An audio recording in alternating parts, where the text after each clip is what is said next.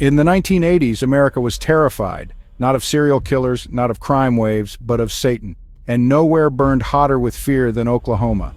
It started with whispers, children talking about rituals, black robes, and underground rooms. Then came the daycares.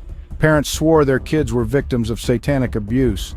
In 1984, a woman in Tulsa claimed her child described being taken underground, shown bones, and forced to watch animal sacrifices. The child was 5. The case sparked what would become Oklahoma's own satanic panic. A wave of allegations, mass arrests, and media frenzy. But here's the part they don't tell you. Some of the evidence was real.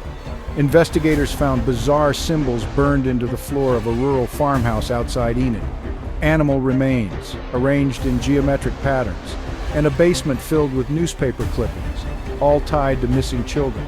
One photo found under a floorboard showed a circle of hooded figures around a fire. It was undated, the faces were blurred, but in the corner was the name of a boy who had been missing since 1979. That photo? It disappeared from evidence. In 1987, a former deputy went public with what he claimed was a cover-up. He said law enforcement had discovered multiple ritual sites across the state, but were ordered to shut it down quietly to avoid mass panic.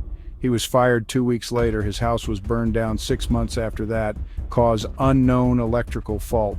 To this day, none of the original arrests resulted in lasting convictions. The courts called it hysteria, fabrication, mass delusion, but the stories never stopped.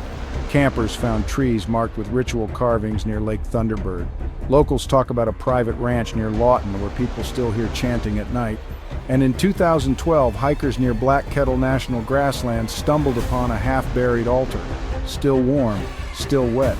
Authorities never released what was found on it. So were the satanic cults real?